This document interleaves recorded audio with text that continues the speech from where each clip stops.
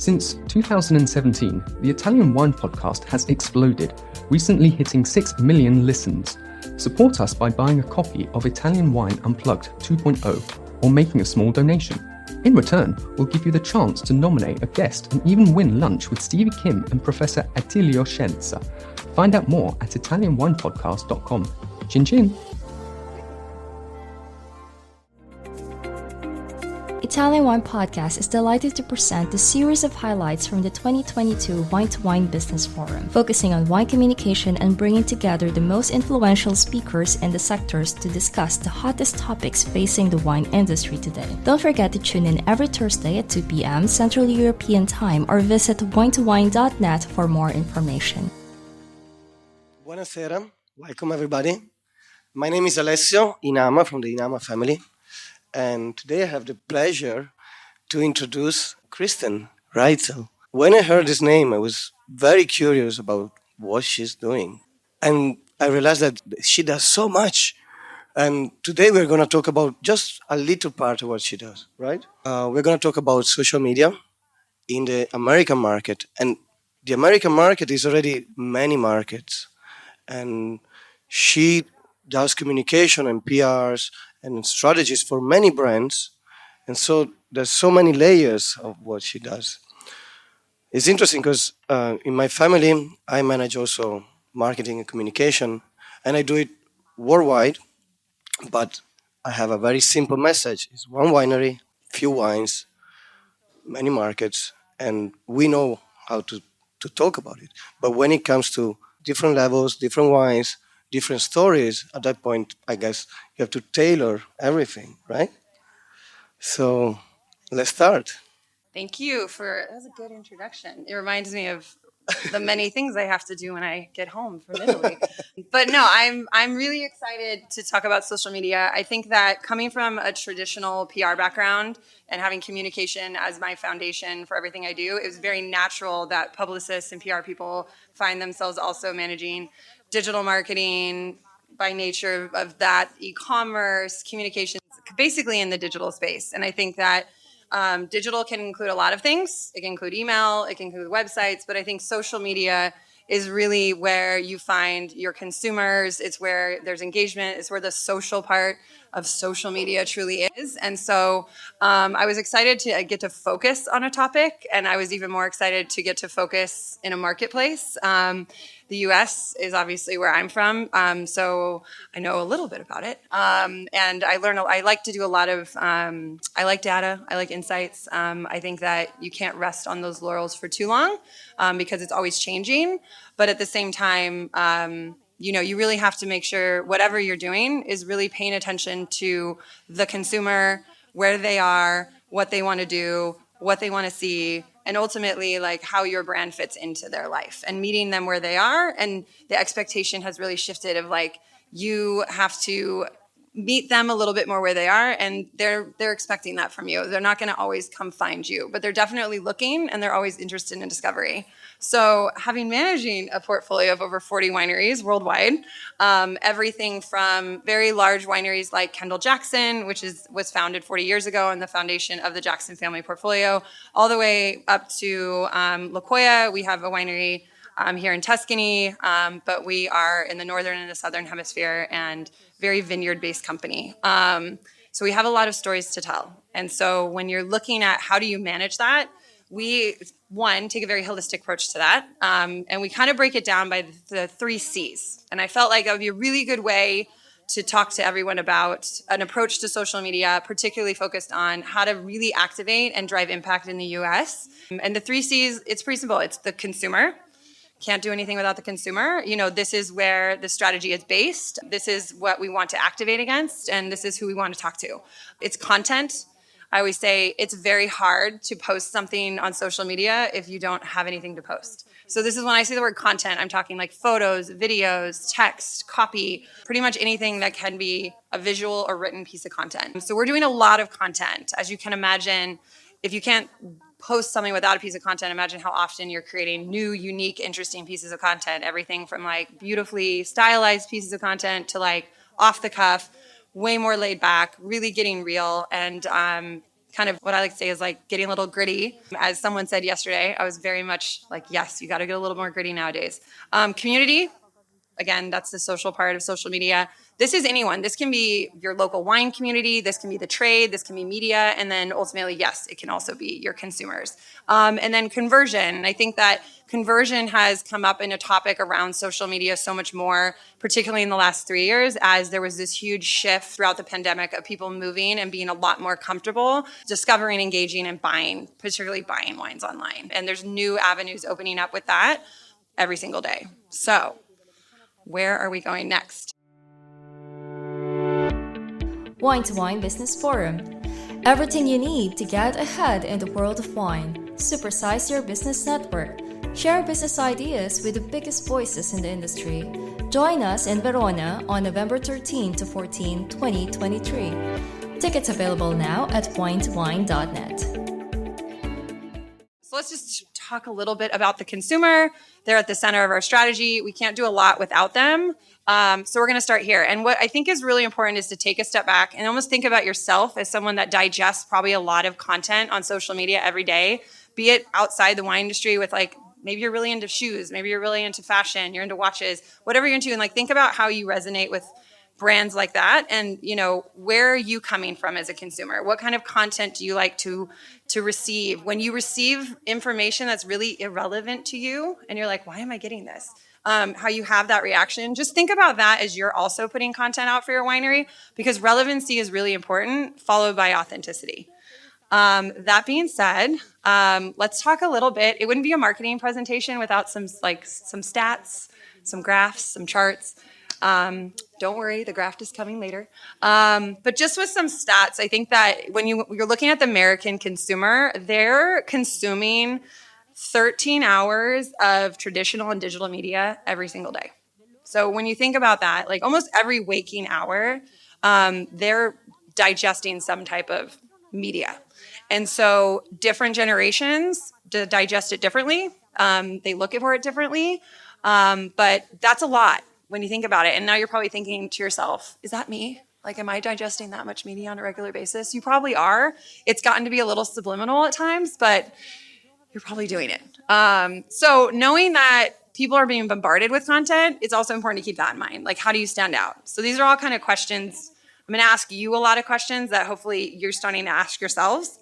But then, there it is. So yeah. But let's look at the consumer landscape. So you've probably heard a lot about Gen Z, millennials, Gen X, and boomers. These are all the 4 primary generational groups, and these are all active wine buyers, okay? So like Gen Z is getting into it. They're very young. Millennials, very important group. They just surpassed boomers as the largest group, most active buying wine. But you know, they're all motivated differently. And as generations age, some of their behaviors change, but they're usually rooted very much in how they were raised and what was going on in the world around them. So there's always these differences with generations, but there's also a lot of commonalities. The little things that we like to pay attention to is like Gen Z, on average, apparently it takes them 8 seconds to decide whether or not something is worth their time and whether or not they're going to keep diving deep into that. So that's really fast. And social media is very much set up to like be quick and easy for them. They also really right now are very focused on, they want to have a positive impact on the world around them. So do that through paying a little bit more attention to like, well, what's that product that I'm buying doing when like I'm not looking? So this is where you might see a lot of that. Remember in the US, you have to be 21 to buy wine. So we're kind of always looking at that 21-year-old and above. Like I said, Gen Z, quite young still. But it's never too early to start talking to someone about wine, knowing they're going to be around for a lot longer. And eventually they're going to become your primary buying audience. Millennials are the digital generation. They are the most equipped to basically look for brands online. 85% of them buy online. They have no uneasiness here. And they're also, you know, come 2020, they basically are the highest represented group in this generation that is buying wine and buying everything, as a matter of fact. So we talk about millennials a lot. lot of it has to do with the fact that there's just a lot of buying power there. And Gen X and boomers, I think what's nice is that, you can read all the different ways that they like to consume media and where they like to play. Again, that mix of traditional and digital still is really important. But I always look at Gen X and boomers, and in 2002, when this thing happened across the world, and it was the pandemic, we also made a lot of assumptions that they don't want to be online. They're a little uneasy on social. They don't want to buy one online, or, boomers are never going to buy online. To be honest, that really did change because they had to adjust, and you're starting to see growth patterns with boomers on social media, buying more wine online because they got comfortable with it, and they're not going to abandon something that was easy for them, that was why wouldn't I do this? This is actually really convenient for me. So you're seeing a lot of that. What I think is nice about that is we don't have to use that as an excuse anymore. You can actually digitally go after older audiences because they're savvy now. They know what they're doing. They buy a little bit less, but they're still available to us from a social media perspective. So kind of jumping down into the actual digital platforms, I get asked this a lot, where do I start? Where do I play? Where should I spend my time? To be honest, it's no surprise. The majority of that is on Meta, which is basically Facebook and Instagram, and then YouTube. They have the most tools. They're very set up like a media company. They want you to spend your money there. They want to give you tools to target the audiences that you feel like are going to be the most effective for your brand. They want to make it easy on us. We are, in their eyes, we're a meal ticket. People are not seen as that. And so we kind of play in more of that ad space. And I'll get into a little bit more on that in a couple slides. But there's also other platforms. So Twitter. I did this presentation a week ago. Lots happened with Twitter lately. I jokingly was yeah, this is great. It's media critics. It's where you can have quick conversations. It's really good for trade. And then I'm if you're not on Twitter, I just think you should sign up for an account and get some popcorn and just watch it, whatever is going to happen there. It's crazy. But you know what happened 6 months ago and was a presentation I gave 6 months ago on social media has completely changed because things have changed very fast in this industry. Not at a Richter scale of this guy that made electric cars and sent people to space buying a kind of older platform for digital communication. But hey, I'm ready for it. Let's go. Pinterest. I don't know how many people are on Pinterest in this room. Yeah, it's a few. It serves a very specific purpose, right? It's inspiration, it's ideas. There's actually a really great place for brands that have maybe more rich culinary programs or have some a lifestyle play, does a lot of holiday promotion. This is where people get ideas for that. So if that's something that fits into your brand, Pinterest is actually a really cool niche-y place to be that not a lot of wine brands plan because you have to kind of have that lifestyle angle to your brand. LinkedIn, it's a business platform, but it absolutely serves a purpose. You can do paid ads on LinkedIn. Fun fact. And so if you have a big, strong B2B business, people ask me about corporate gifting all the time, that's somewhere you can actually really drive a lot of impact in sales. And then TikTok. I hope everyone was able to see Amanda's presentation yesterday around TikTok. This is an area as a winery is a little harder for us. So we are currently, I just talked to my head of legal yesterday. He said, I have bad news for you. No, you can still not be on TikTok as a winery. I was okay, call you next week. But this is really important platform because I think if you listen to kind of the feedback Amanda was giving, it's fast growing. It's really digestible content. There's a lot of opportunity here. So I think it's really important to pay attention to this and be, willing and able and ready. Because if you look at the way Instagram's responding to that through Reels has become the most basically favored piece of content on Instagram to compete with TikTok. And you can really grow a lot of organic content through Reels. So Reels are a good thing.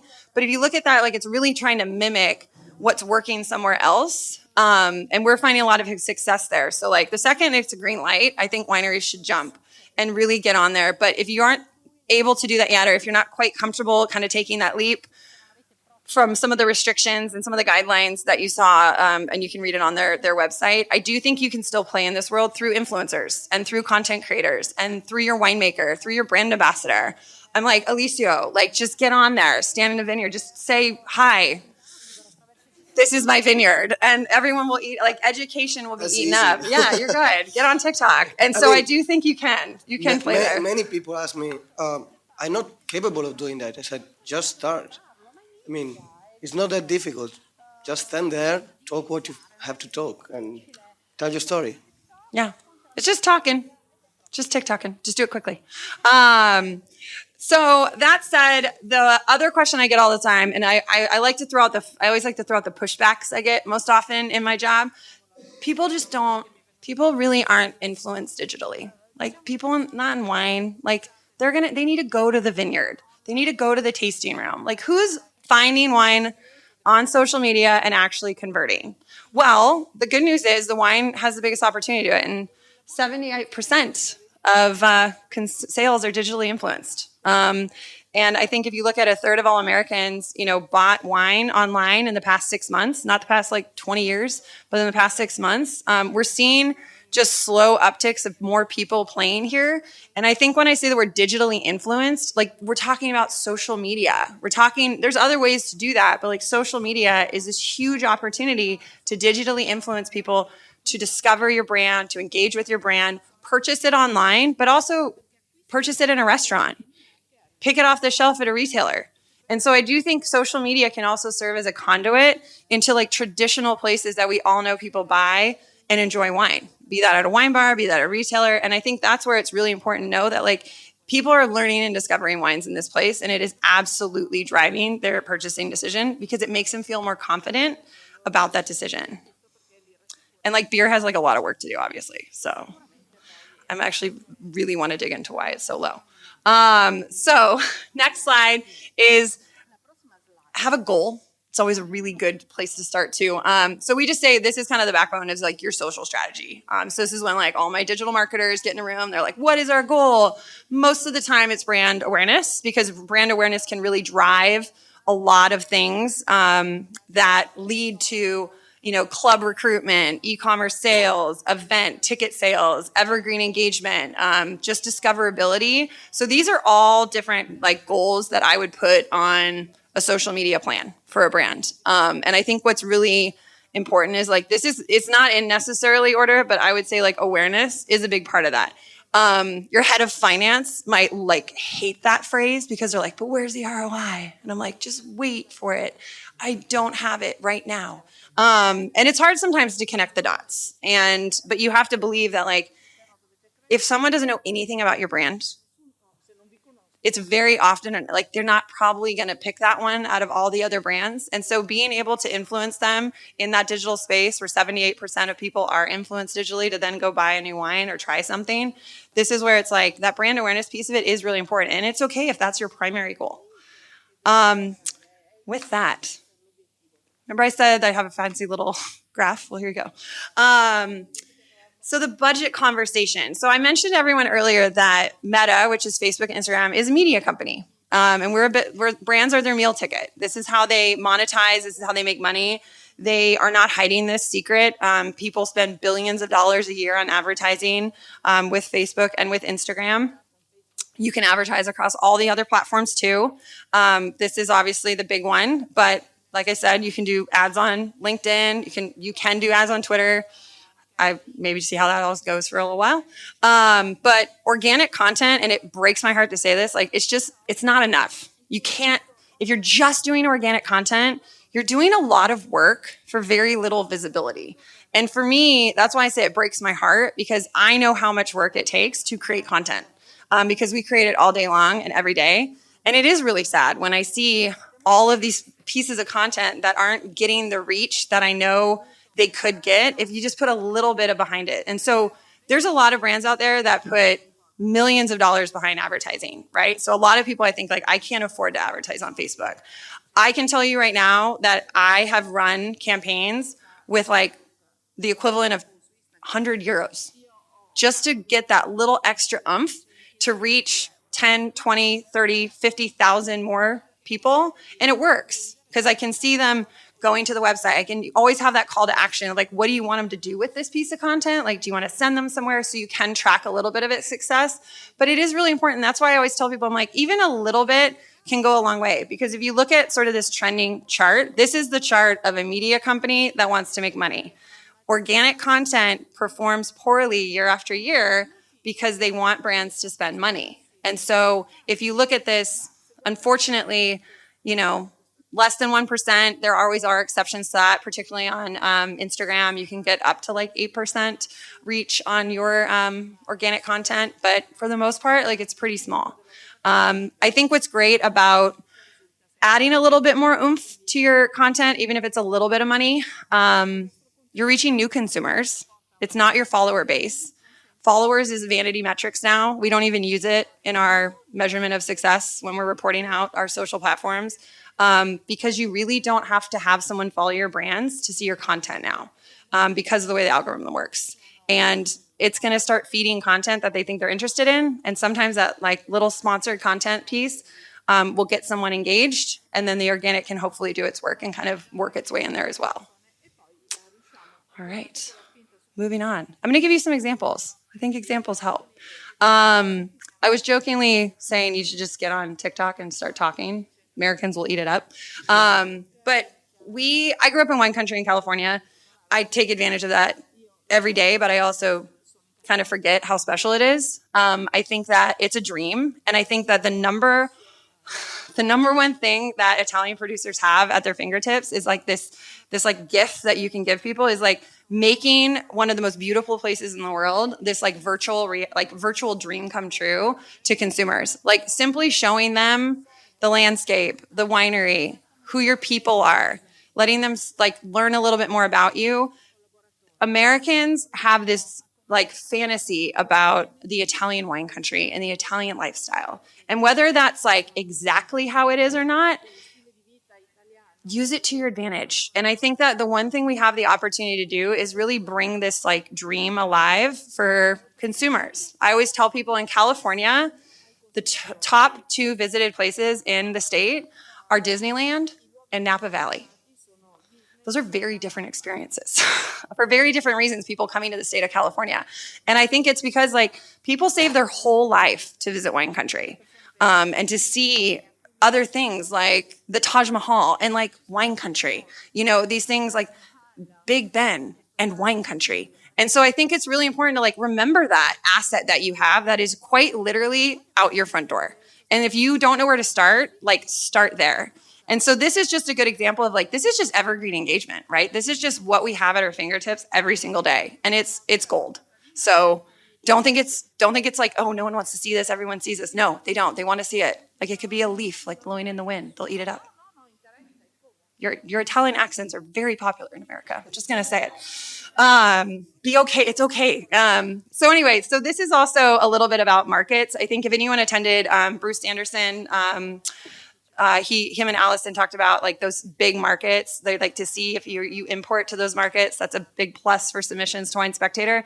So, that's like California, Texas, New York, I think Illinois, Florida. Am I missing any? Yeah, it's like the same, like 5 to 7 every single year forever. But it's really okay if like, even with a budget, we call it geo-targeting. If you don't have a big budget, it's also okay to like really focus in where you feel like you can make those most impact. So if you're importing a tiny amount of wine and you're only sending that to Texas and California, that's okay. Like they give you the tools to just focus on some sponsored content in those markets. And I think that you can have it be just really specific to like, what are those wines that are there? Right. And so I think like that kind of focused content can really go a long way because it's so hyper targeted to what you're trying to reach and what you're trying to activate against, and letting people know we're in this market. You can find our wines, showing them the label so that if maybe you are on a retail shelf, that like some starts to become more recognizable to them. But you don't have to go after the entire American audience, and I highly don't recommend doing that. Like think about where you are, but then also like maybe where you want to be or where you think your biggest opportunity is, to really drive awareness to help with that kind of follow through conversion. And then next, a little bit about kind of tasting room visitation, word of mouth, and like utilizing influencers to really kind of help that third-party content development. So one thing that we realized with some of our smaller wineries, this is Maggie Hawk. It's in Anderson Valley, which is a pretty small kind of region in California. It does a lot of Pinot and more Chardonnay now, some sparkling wine. The one thing we realized is that we don't have a lot of content for some of our brands. And so we used influencers a lot for this to just create content. And the double kind of benefit of that is that they're sharing that content to this like micro audience, or this audience of people that really do believe in what they are saying and take their recommendations seriously. And it's a good double win. When we get to use that content, it helps us tell our story. Influencers are not unlike the media. It's just a different platform with a different audience. Where it might be a reader, it's a follower. Where it's a journalist, it's a person. It's short form content maybe versus long form content. So I don't think and when you build kind of these campaigns with them, like just think about what you're trying to accomplish. If it's just showing them a region, showing them how to book a visit, if it's whatever it is, just use them to kind of help tell your story, and you get that third party validation and you get to take advantage of their audience. But a lot of this is really focused on aligning it with your brand, cultivating relationships. And this objective, we just wanted to drive tasting room visitation. And so we did campaigns with about 6 influencers. We ended up booking probably 50 new consumers into the tasting room over our focus period, which was when it's like nice and sunny in the area. We had just opened our tasting room, so like no one knew we were there. So like telling them we were there was really helpful. But yeah, it was all new consumers. So it's people that had never heard of Maggie Hawk before. And then the last one is the thing that I get asked the most now, and that's e-commerce sales. So we are a little bit challenged in the US because we're not allowed to just say, hey, buyawine.com or buy here, buy there. You have to list like all these different independent retailers. Usually it's 2 or more. But there is this thing called Drizzly. Has everyone heard of Drizzly and Instacart and all that? The like marketplace.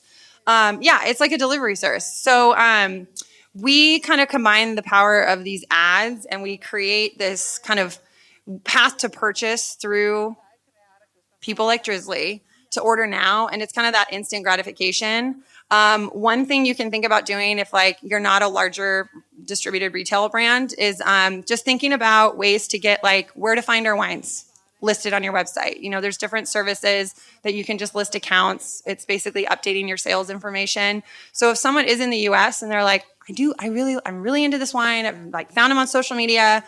I would love to try them. I wonder if they're in Chicago. Have some way for a consumer in America to figure out whether or not you are in their market. I think that's just like one step, and you're allowed to do that. It's something you can have. And I do think we always making like kind of, I use this joke, like we got to make it easier for people to give us their money, making them jump through hoops to find out where you are, to purchase. Don't make it challenging for them. Like lead them down that path, and typically they will convert.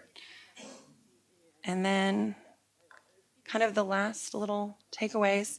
Social media and sales. Do people that engage with the brand on social media buy the wine? They do. And they're more often than not going to buy it again. It creates a loyalty. It creates a relationship. It is community building.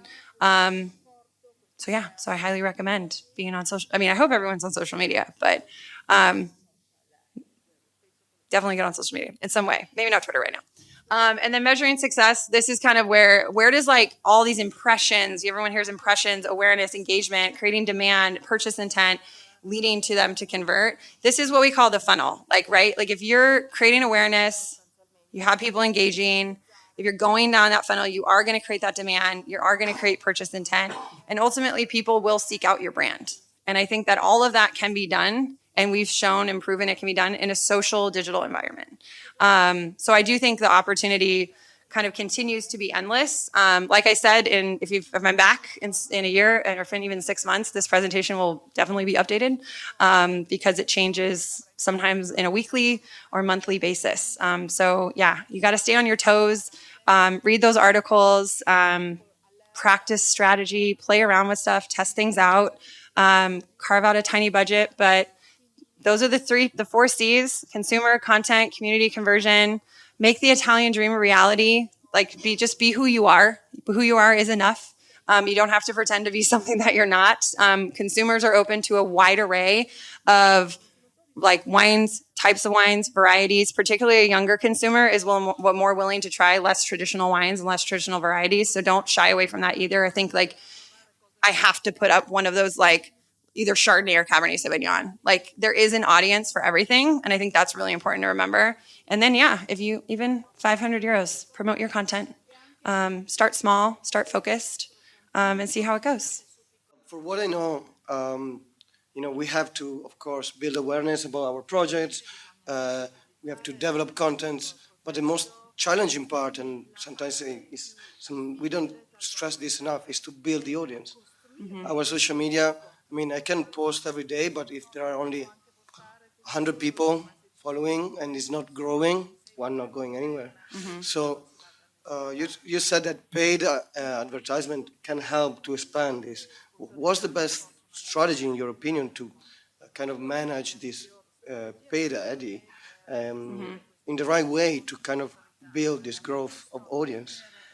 Yeah, I think that there's a couple ways you can build your audience. Like you can do there's a paid strategy to essentially just reaching more people. So what I like to call it's like a boost, right? So when you're putting money behind a campaign, you're essentially just putting a little bit more muscle behind it. So you do build that audience out. You choose that. And that's why I think it's okay to start small. Like if you don't know where to start, like stay focused, like maybe you just want to boost within your own community, like your own followers. Because like I said, unfortunately, with organic content, even if you have 1 million followers, sometimes less than 3% of them are actually seeing your content. It's just the way the algorithm works. And you will not win against that. I don't have fairy dust to sprinkle that says like, we can beat it, guys. Like the government might be able to, but I definitely cannot.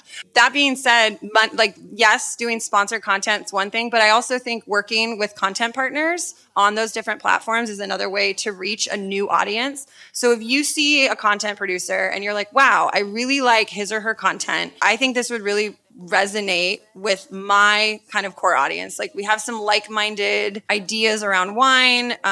They seem to have a really engaged wine audience. Like just reach out to them and see what it would be like to work with them. Because like I said, like they have a built-in audience, right? That's a built-in consumer base. That can be a really good way to also grow your audience. And that's why I don't pay attention to followers anymore. Because I think that you can reach people and your followers can stay 500 and you can reach thousands of people, even millions of people in a given year through all these other ways to engage audiences, be that through paid strategy, be that through content partnerships, which is influencer marketing, because there's a lot of built-in audiences that are definitely untapped in social media. But yeah, I wouldn't recommend worrying too much about your followers because you can I think I saw something we did. It was actually, I think we got like 10,000 views on a video on one of our brands. We only have like 2,000 followers. So I'm good with that. Yeah. Go ahead, Gino. Yeah. I mean, most of it's with Facebook and Instagram. So kind of they're owned by the same company. So most of our money is centralized there. We spend a little bit more on Instagram right now. Just because that's where we feel like our biggest growth audience opportunity is across our brands. We feel like we have a more like rich content opportunity. We can have a little bit more fun. There's multiple different content types. That's why I was joking, like stories were like the big thing, like the hot kind of piece of content 6 months ago. Now it's all about Reels is the preferred content method on Instagram. So Instagram, it's weird saying it like it's a person, they prioritize certain content types because that's what they do. So we're spending a lot more on Instagram right now. I just feel like you get more for little more bang for your buck. It is part of the digital marketing budget. So digital marketing budget includes 3 things. It includes our influencer budget, which is all kind of third-party content partners. It includes just content development. So we need to do a photo shoot, a video shoot. And then it includes kind of all the money that we will be spending against paid advertisements and sponsored posts. In addition to that, kind of going back to your audience thing, you can also find like brand partners and do a 100% digital campaign with them. So once again, that's kind of tapping into a new audience. But some of that would also kind of play into, if that's a paid partnership with a like-minded brand, that would live in that digital marketing budget as well.